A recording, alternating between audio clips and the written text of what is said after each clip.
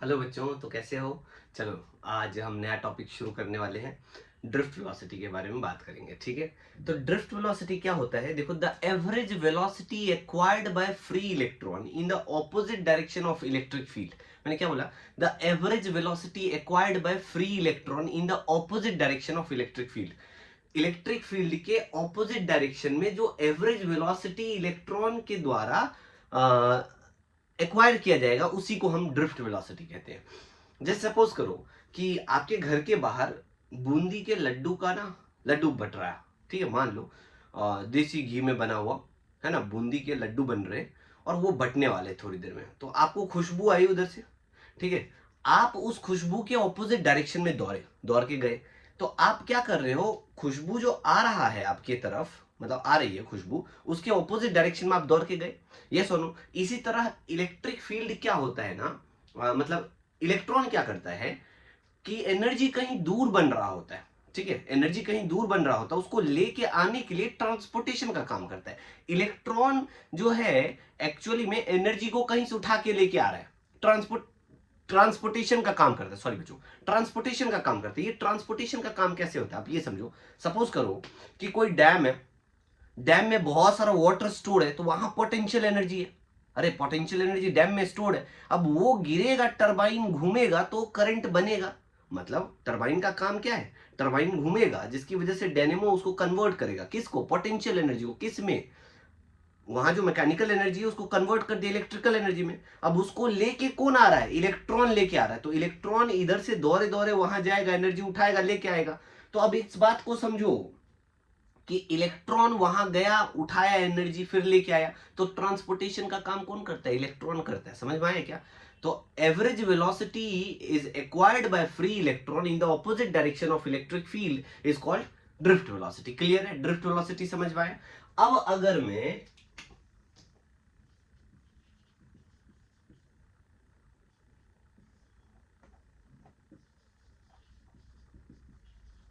Drift velocity की बात करूं तो इसका एक छोटा सा डेरिवेशन हम देखने की कोशिश करेंगे। अब मानो एक्चुअली में इनिशियली क्या है कि कंडक्टर पे बहुत सारे फ्री इलेक्ट्रॉन्स है। फ्री इलेक्ट्रॉन्स इजीली मूव करेगा। अरे, फ्री इलेक्ट्रॉन्स मूव करा, बट डायरेक्शन रैंडम है। पूछो कैसे डायरेक्शन रैंडम से? डायरेक्शन फिक्स्ड थोड़ी है, फ्री इलेक्ट्रॉन्स तो बहुत सारे हैं। अभी उसको डायरेक्शन तो नहीं है, फील्ड उसको तो मिला नहीं है, तो वो रैंडमली डायरेक्शंस कर रहा है। रैंडम डायरेक्शन की वजह से the initial average velocity become zero. Yes और नो? इनिशियल एवरेज वेलोसिटी क्या हो जाएगा, जीरो हो जाएगा। तो अगर मैं लिखूं initial average velocity, initial average velocity को यू आई लिख देता हूं, अपॉन में एन बराबर में जीरो कर देता हूं मैं, ठीक है। ये ऐसा इसीलिए लिखा बच्चे, initial average velocity, because of randomness, because of randomness of electron, random direction electron का। इस बात को याद रखेंगे। क्लियर है? इतनी बात समझ में आया? तो अब आगे की कहानी समझो। Consider conductor of free electrons having moving in random direction, that's why initial average velocity is zero. initial average velocity zero आ गया। एक बात बताओ, अगर एवरेज इनिशियल वेलोसिटी जीरो है, अब हमने थोड़ा सा थर्मल एनर्जी प्रोवाइड किया होगा। अगर थोड़ा सा एनर्जी प्रोवाइड करेंगे तो इलेक्ट्रॉन मूव करेगा। तो कैसे मूव करेगा? तो अब देखो, in the absence of electric field था, when we provide electric field E, then the free electron is moving in the opposite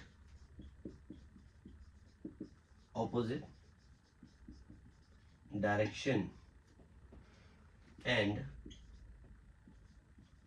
experience a force.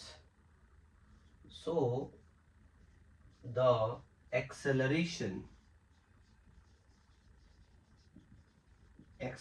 क्या हो जाएगा? अरे बच्चों, एक बार बताओ, अगर मैंने एक कंडक्टर लिया, सपोज करो ये कंडक्टर है,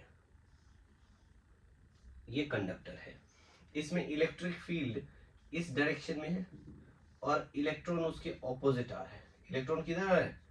ऑपोजिट डायरेक्शन में, इलेक्ट्रॉन किधर आ रहा है, ऑपोजिट डायरेक्शन में, इलेक्ट्रिक फील्ड उधर, इलेक्ट्रॉन इधर मूव कर रहा है, ठीक है, ऑपोजिट डायरेक्शन में आ रहा है। अगर ऑपोजिट डायरेक्शन में आएगा तो एक बात बताओ, जब भी इलेक्ट्रिक फील्ड आपने प्रोवाइड करा, electron will experience a force, और वो फोर्स क्या होगा, E इंटू क्यू। अरे इलेक्ट्रिक फील्ड इंटू में चार्ज बराबर फोर्स होगा ना, तो क्या मैं ऐसा लिख सकता हूं, E इंटू में E बराबर में F, यस और नो। अरे charge of electron negative of E होता है और इलेक्ट्रिक फील्ड E होता है, तो फोर्स आ गया, और force equals to ma, yes और नो। तो इसको मैं ma बराबर में माइनस E इंटू ई लिख सकता हूं। तो a का वैल्यू क्या आएगा, माइनस ई अपॉन में m। ये किसका वैल्यू आ गया, a का वैल्यू आ गया। एक्सेलरेशन क्लियर है, इतनी बात समझ में आ गया, पक्का पक्का। लिख लो इसको, लिख लिया, छाप लो इसको जल्दी से, इरेज कर दूं। तो एक्सेलरेशन आपने निकाल लिया, अभी इलेक्ट्रॉन जो एक्सेलरेशन एक्सपीरियंस कर रहा है वो हमने लिख लिया, क्लियर है। आगे बढ़ते हैं।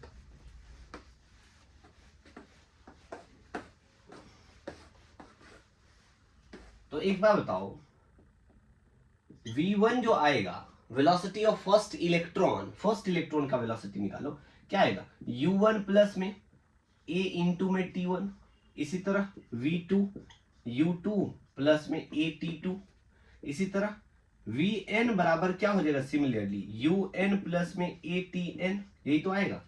सो we know that the drift velocity is the average velocity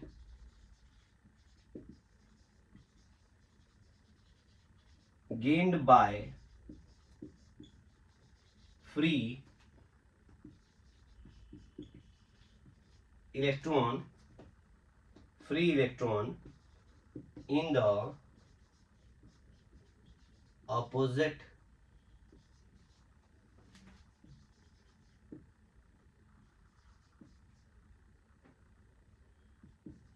direction of electric field.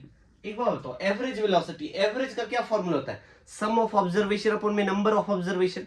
तो एक बार बताओ, ड्रिफ्ट वेलोसिटी जो आएगा क्या, वो v1 प्लस में v2 प्लस में v3 plus dot dot dot dot vn upon में n लिख दूं, कोई दिक्कत तो नहीं है, कोई समस्या। अरे भाई ये बात समझ में आया ना, drift velocity is average velocity acquired ना, average velocity acquired by free electron in the opposite direction of electric field, ऐसा लिख सकता हूं, कोई दिक्कत नहीं है, ठीक है जी। अब आगे की कहानी को समझना बच्चों, मैं यहां लिख रहा हूं, ठीक है। अब एक बात बताओ मुझे, vd का वैल्यू क्या मैं ऐसा लिख सकता हूं, u1 प्लस में at1 प्लस u2 प्लस में at2 plus dot dot dot plus un plus में atn अपॉन में n लिख दूंगा। तो vd बराबर में u1 plus u2 plus dot dot dot plus un upon में n, सेपरेट कर लो, प्लस में a कॉमन ले लो, और ये क्या हो जाएगा, t1 plus t2 plus tn upon में n, कोई दिक्कत नहीं है। तो हमारा ये जो इनिशियल एवरेज वेलोसिटी था वो तो जीरो था, याद करो, एवरेज इनिशियल वेलोसिटी जीरो था। तो क्या vd equals to zero plus में a इंटू में टाइम आ जाएगा, क्या क्या टाइम है ये, t1 plus t2 plus dot dot dot plus tn upon में n लिखूंगा, यस और नो, क्लियर हुआ, इतनी बात समझ में आ गया, समझ में आया क्या, चलो ठीक, इतनी बातें छापो, छाप लिया, क्लियर है, इरेज करूं, पक्का पक्का। चलो जी आगे की कहानी को समझते हैं। Now we know that here t1 plus t2 plus t3 plus tn upon में n को मैं टाउ बोल रहा हूं, और टाउ क्या है,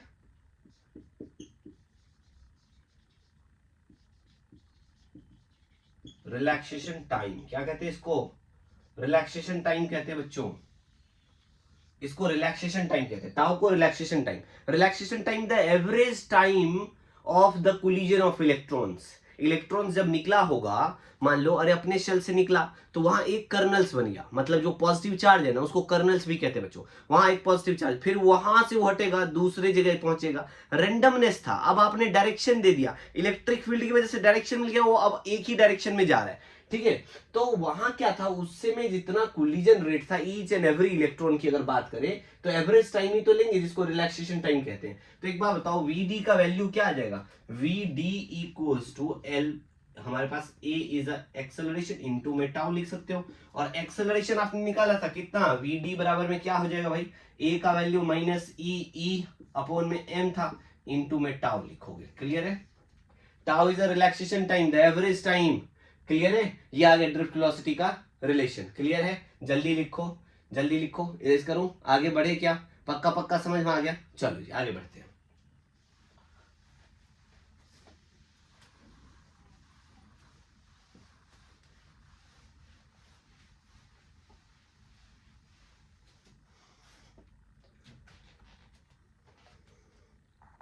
चलो बच्चों आगे देखते हैं, आगे की कहानी है रिलेशन निकालना,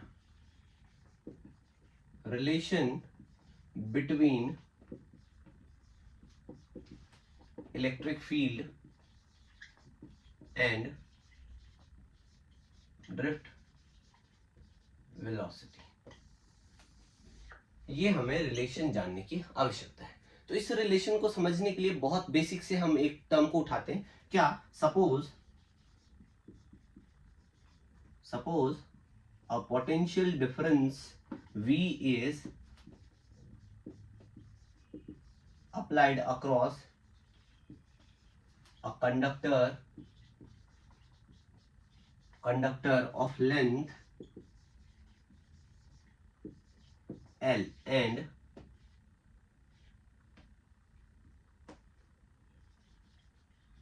area of cross section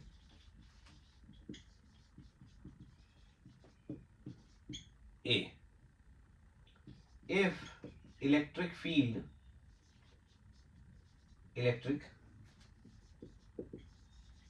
is set up inside it, then क्या हो जाएगा, E बराबर में V बाय एल लिख सकता हूं, कोई दिक्कत नहीं है।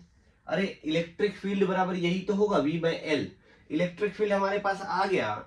अगर हमने इलेक्ट्रिक फील्ड निकाल लिया, देखो इलेक्ट्रिक फील्ड यही तो होगा V बाय एल, ठीक है जी, समझ में आ गया। अच्छा आगे की कहानी, अब मानो कंडक्टर था, तो कंडक्टर में वही चीजें, बहुत सारा फ्री इलेक्ट्रॉन्स होगा, क्या होगा, बहुत सारा फ्री इलेक्ट्रॉन्स होगा, ई है, यहां भी ई है, यहां भी ई है, यहां भी ई है, यहां भी ई है, इधर चलता जाएगा, कोई दिक्कत नहीं है, इलेक्ट्रिक फील्ड ई है, ठीक है। तो एक बार बताओ, electric, because of presence of electric field the all free electrons will experience a drift, yes और नो, अरे ड्रिफ्ट होगा ना, यस और नो, ठीक है जी। एक बात बताओ कितना इलेक्ट्रॉन होगा कंडक्टर में, सबसे पहले ये जान लेते हैं, चार्ज निकाल लेते हैं। तो एक बात बताओ,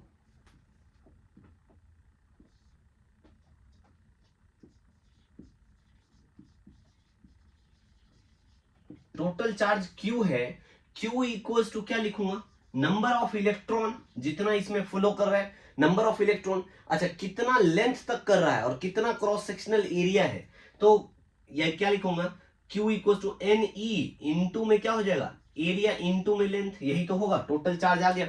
अरे चार्ज अपॉन टाइम क्या होता है, करंट होता है। तो एक बात बताओ, Q अपॉन टी करूंगा, इधर भी N E A L upon में टी, अब आपको मालूम है ना क्यू बाई टी करा, मेरे पापा प्राइम मिनिस्टर तो नहीं थे, दोनों साइड मुझे डिवाइड करना पड़ेगा, यस और नो, टी से दोनों साइड डिवाइड कर दिया, मैथ्स को इक्विवेलेंट रखना है हमें। क्यू बाई टी क्या होता है, आई होता है, तो आई बराबर में क्या होगा, एन ई ए। अच्छा एक बार बताओ, लेंथ अपॉन टाइम स्पीड होगा क्या, अरे लेंथ अपॉन टाइम स्पीड ही तो होता है, तो क्या मैं इसको स्पीड लिख दूं, स्पीड को वीडी भी तो लिख सकता हूं, drift velocity, since L upon T बराबर में वीडी, याद रखना बच्चों, इस बात को याद रखना मेरे बच्चों, क्लियर है, ये आ गया। अच्छा एक बात बताओ, अब आई इक्वल्स टू, अगर मैं करंट की बात कर रहा हूं, जरा ध्यान से देखना, करंट की बात कर रहा हूं, तो मैं क्या लिखूंगा इसको, V अपॉन में R भी लिख सकता हूं, कोई दिक्कत नहीं है, v अपॉन r लिख सकता हूं क्या? अरे कोई समस्या है? नहीं है सर, लिख दो। एक बार बताओ, v अपॉन में हमारे पास r resistance must be equal to N E A we D लिख सकता हूं, कोई दिक्कत नहीं है। अच्छा, v के बदले में क्या e इंटू एल भी लिखा जा सकता है? कोई समस्या है? e इंटू एल लिख लो। e into L equals to N E A we D into में आर, ऐसा लिखा जा सकता है। कोई दिक्कत है बच्चों? समझ में आया क्या? पक्का पक्का समझ में आया? अच्छा, लेंथ को नीचे लेके चले जाओ ज्यादा से ज्यादा, और क्या करोगे? और तो कुछ नहीं हो रहा है। तो एक बात बताओ, E equals to N E V D R A upon में एल। अच्छा एक बात बताओ, रेजिस्टेंस इक्वल्स टू हमने क्या लिखा था? रो। अरे रेजिस्टेंस इक्वल्स टू एक फॉर्मूला आप लोगों को बताया था, रेजिस्टेंस इक्वल्स टू क्या था? रो एल बाय ए। तो एक बार बताओ, रो का वैल्यू क्या? आर ए बाय एल को रो बोल सकता हूँ? यस और नो? तो इसको रो भी बोल दूंगा, तो ई बराबर जो रिलेशन आ गया वो क्या आ गया? N E V D into में रो। क्लियर है बच्चों? समझ में आया? ये रिलेशन आएगा, ये रिलेशन आएगा। ये देख लो जल्दी से, समझ में आया? पक्का पक्का समझ में आया? इरेज कर दो इतनी बातों को, पक्का समझ में आ गया? चलो जल्दी छापो, छाप लो बच्चों, फिर आगे बढ़ते हैं। क्लियर है? इसमें करंट डेंसिटी का भी रिलेशन पूछ सकता है। अभी हमने इलेक्ट्रिक फील्ड के बारे में जाना, अब करंट डेंसिटी के टर्म में देखेंगे। तो एक बार बताओ, यहां से मैं थोड़ा चेंज करता हूं, इलेक्ट्रिक फील्ड को अब करंट डेंसिटी लिखता हूं। क्या? करंट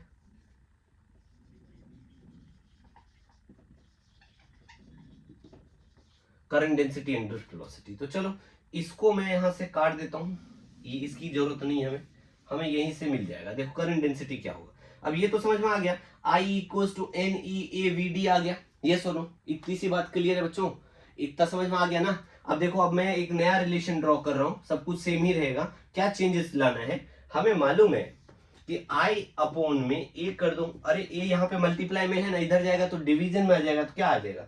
आई अपॉन में ए बराबर में एन ई वी डी आ जाएगा, और इसको जे भी तो बोल सकते हो, small J is a current density, N E V D. ये आ गया आपका एक और रिलेशन। देखो करंट डेंसिटी के साथ, करंट डेंसिटी के साथ भी एक रिलेशन मिल गया, कोई दिक्कत नहीं है बच्चों, पक्का समझ में आ गया?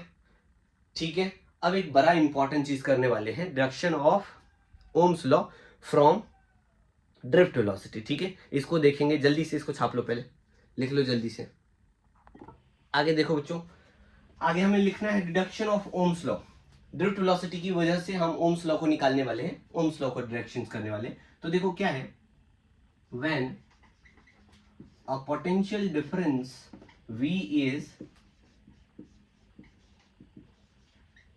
applied across a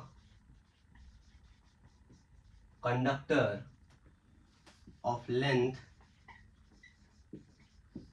L, तो हमें मालूम है V जो होता है, अगर मैंने अप्लाई करा किसी भी कंडक्टर के लिए V इक्वल्स टू, तो जो ही पोटेंशियल डिफरेंस अप्लाइड होगा तो क्या करेगा? Free electrons, conductor of length L, the free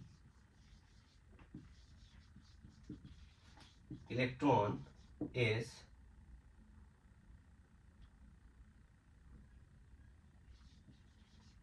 experience drift.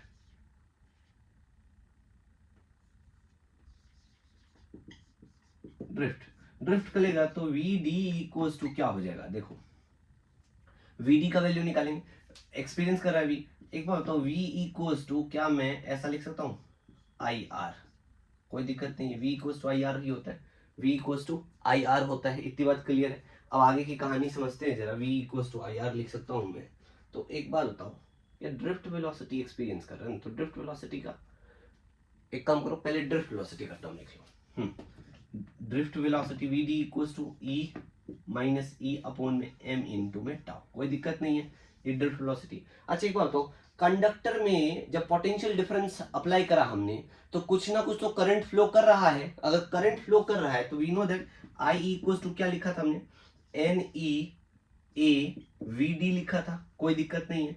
तो आई इक्वल्स टू क्या हो जाएगा? N E A we D के बदले में क्या मैं ई अपॉन में एम इंटू टाउ लिख सकता हूं? कोई दिक्कत नहीं है। तो आई इक्वल्स टू, एक बात बताओ मुझे, अगर मैं v को, ड्रिफ्ट वेलोसिटी को अगर ऐसा लिखूंगा ड्रिफ्ट के टर्म में तो ऐसा लिख ही सकता हूं। अच्छा, इलेक्ट्रिक फील्ड को यहाँ चेंज कर देंगे। We know that electric field क्या बच्चों, इलेक्ट्रिक फील्ड बराबर में v बाय एल लिख सकता हूँ, यहाँ पे पुट कर देंगे इस वैल्यू को। तो देखो I इक्वल टू क्या होगा, एन ई का स्क्वायर a अपॉन में m, और E के बदले में v बाय एल इंटू में टाउ, ऐसा लिख सकता हूँ। अच्छा एक बात बताओ, v यहाँ पे क्या है, यहाँ पे v मल्टीप्लाई में इधर आएगा तो डिवाइड में आ जाएगा, क्या डिवीजन में लेके आओगे क्या आ जाएगा, I अपॉन में v equals to N E square a upon में m l टाउ, ऐसा कुछ आएगा। अच्छा ये जो है I इक्वल्स टू, अरे v बाय आर लिख सकता हूँ क्या मैं, इसको और चेंजेस क्या कर सकता हूँ, एक बात बताओ, इसको मैं अगर चेंज करूं क्या लिख सकता हूं, I रहने दो और v equals to I R लिख सकता हूं। This must be N E square a upon में एम एल इंटू टाउ, ऐसा लिख सकता हूं क्या। अच्छा देखो v बराबर में क्या है, v equals to I R according to Ohm's law. अच्छा आई कैंसिल हो गया, तो एक बात बताओ, 1 बाय आर बराबर में M N E square a upon में एम एल इंटू में टाउ, ऐसा लिखा जा सकता है, कोई दिक्कत नहीं है। इतनी बातें लिख लिया। अब इसको देखो, आर को उधर लेके जाओ तो क्या मैं एम एल अपॉन में N E square a tau बराबर में आर लिख सकता हूँ, यही रेजिस्टेंस का वैल्यू आएगा। तो ये ओम्स लॉ का डिडक्शन आ गया बच्चों। इतनी सी बातें करके रखेंगे, क्लियर है, समझ में आया क्या, पक्का पक्का छाप लो जल्दी से, पक्का समझ में आ गया, देख लो क्लियर है। चलो जी, इतनी सी बात करनी थी आज की क्लास में। थैंक यू बच्चों, नेक्स्ट क्लास में फिर आगे के और भी रिलेशन करेंगे। बाय, टेक केयर बच्चों।